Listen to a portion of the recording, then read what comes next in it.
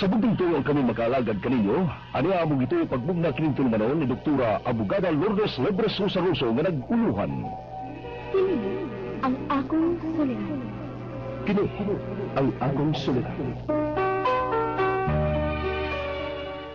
Sa atong pagkailugso ng kalibutan, gikaluhaan at ang daan sa atong suliran. Ang suliran may kabahin sa itong inadlang panginabuhian. Aba na doon ay suliran nga dili mo mapasan nga ikaw ra. Nagkinahanglan kag katabang aron sa pagsulbad ni ini. Nagkinahanglan kag kahayag na may wulandag sa imong unahuna.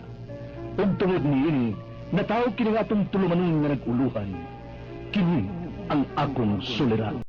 CBPG rating. Ang susunod na programa ay rated PG. Patnubay at gabay ng magulang ay kailangan sa mga batang manonood. Sino ang pambansang kamao na babae? Sara Duterte! Sara Duterte! Correct! Kapag nasa hotel ka, kasama mo ang bagong asawa at ikaw ay nagmamadali sa ligaya, anong room ang kailangan mo? Emergency room! Emergency room! Correct! What is the biggest room? Bedroom! Bedroom!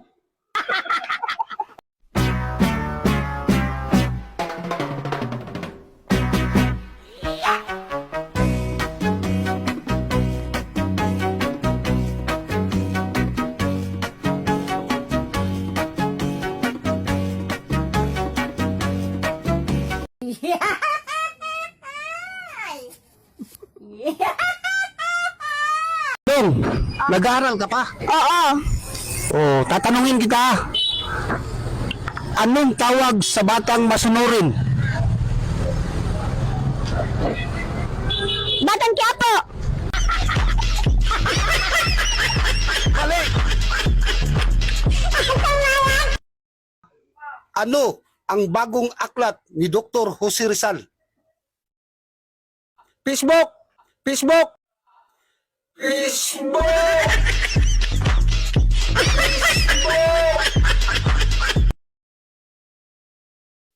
Kung ang katawan ng iyong asawa ay mainit sa kama at ikaw naman ay mabilis sa romansa, ano ang ginamit mo? Pa, soldier! Pa, soldier!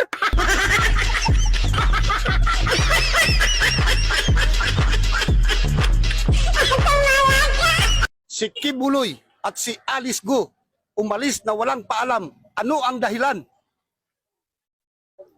Lagtanan! Lagtanan! Mali!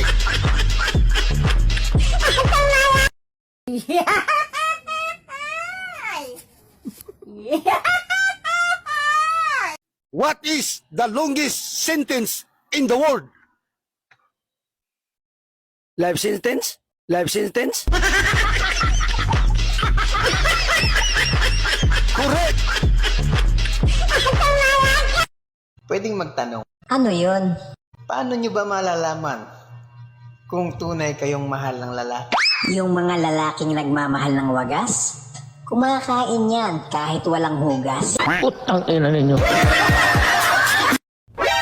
Sino ang magaling magluto, ang babae o lalaki? Tinatanong pa ba yan? Eh, siyempre lalaki. Biruin mo, 2 itlog, 1 hotdog, 9 na buwan kang busog. Kung ang whistle ay pito, ano naman ang whisper? Kanta?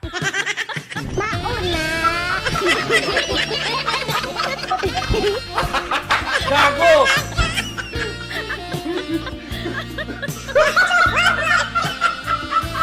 Ikaw, bayam ng gido, balat ng sinaana, alam ng pusod, sabi na buhay mo'y hay, lupa na ana, ana, may nananapi, kunay na ani, sabi sa'yo, tante. Sabi ko, Lindo, stop. Umi-stop. Tapos, Pangalawa, yung mga 11 siguro yun.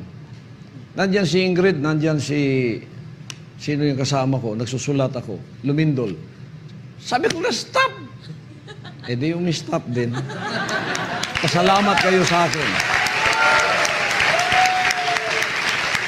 Oh, pasalamat kayo sa akin. Kasi kung di ko pinay-stop yun, marami kayong magigiba dyan, mga mamamatay kayo. Kaya pasalamat kayo at ako nagpa-stop ng lindol. Hindi ko sinabi to na walang witness, ha? May witness, marami. Nakapalibot sa akin. Sinigawan ko yung lindol. Nung gumano na yung mga chandelier ko. Stop! Sabi ko na, stop! Stop ka agad.